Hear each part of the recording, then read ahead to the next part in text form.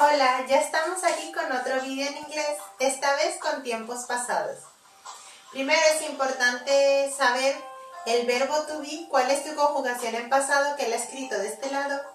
Para las personas I y las terceras personas del singular he, she e it, siempre se utiliza el was. Para el resto de personas se utiliza el were. You, que es o de tú o de ustedes, we y they, nosotros y ellos. Podemos seguir. They moved to Spain last month.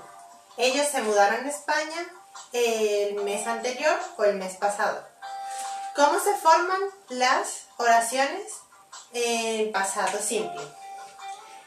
Primero se tiene que poner el sujeto, luego el verbo en pasado y el resto de la oración sigue igual.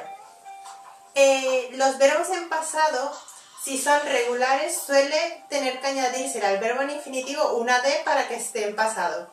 Pero normalmente, o muchos verbos, suelen ser irregulares, por lo que hay que saber cuál es su terminación o si completamente cambia la escritura del verbo. Para la negación es importante utilizar el auxiliar, que en este caso es did. Si recuerdan, en presente simple es do o does para las personas, ya sea la tercera persona del singular o el resto de personas. Pero en pasado simple todas las personas usan el did. Se puede escribir did not o didn't. Las personas suelen usar didn't cuando ya conocen la lengua. I didn't enjoy the film. A mí no me gustó la película. Y para preguntar también se tiene que utilizar el auxiliar de primero, luego el sujeto y el verbo, pero al tener el auxiliar ya el verbo no necesita ir en pasado. Did she meet her friends?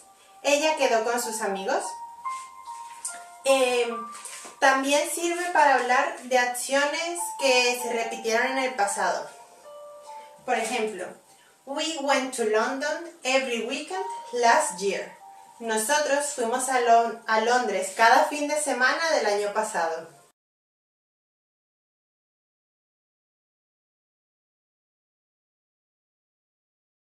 Y seguimos con el pasado continuo o past continuous. Se forma poniendo el verbo, luego el auxiliar was o were del verbo to be conjugado en pasado, luego un verbo cuya terminación tiene que ser ing, que se le añade, y luego el resto del predicado igual.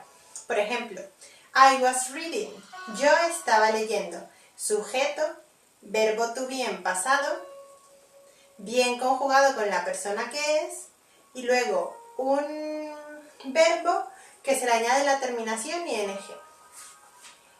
¿Para qué se utiliza el pasado continuo? Por ejemplo, para acciones que fueron interrumpidas por otro hecho.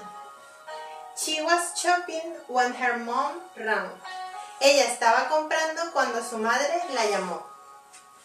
La negación se tiene que utilizar el auxiliar. Por ejemplo, they weren't eating o they were not eating, que es lo mismo, que es que ellos no estaban comiendo. Se tiene que poner el auxiliar más el not de negación, que aquí está abreviado ya. Para las preguntas también se utiliza el auxiliar en pasado. Were you dancing? ¿Estabas bailando? Más el verbo con ing siempre. También se utiliza el pasado continuo cuando dos acciones ocurren simultáneamente, pero una se puede ver o no interrumpida por la otra, pero ocurren en el mismo momento en el pasado.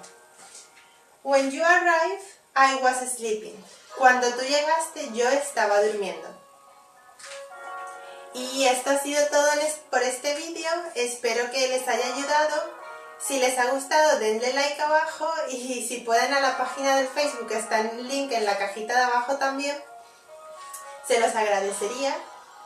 Y si tienen alguna duda o sugerencias para siguientes vídeos o para este, también me lo pueden dejar por escrito. Adiós.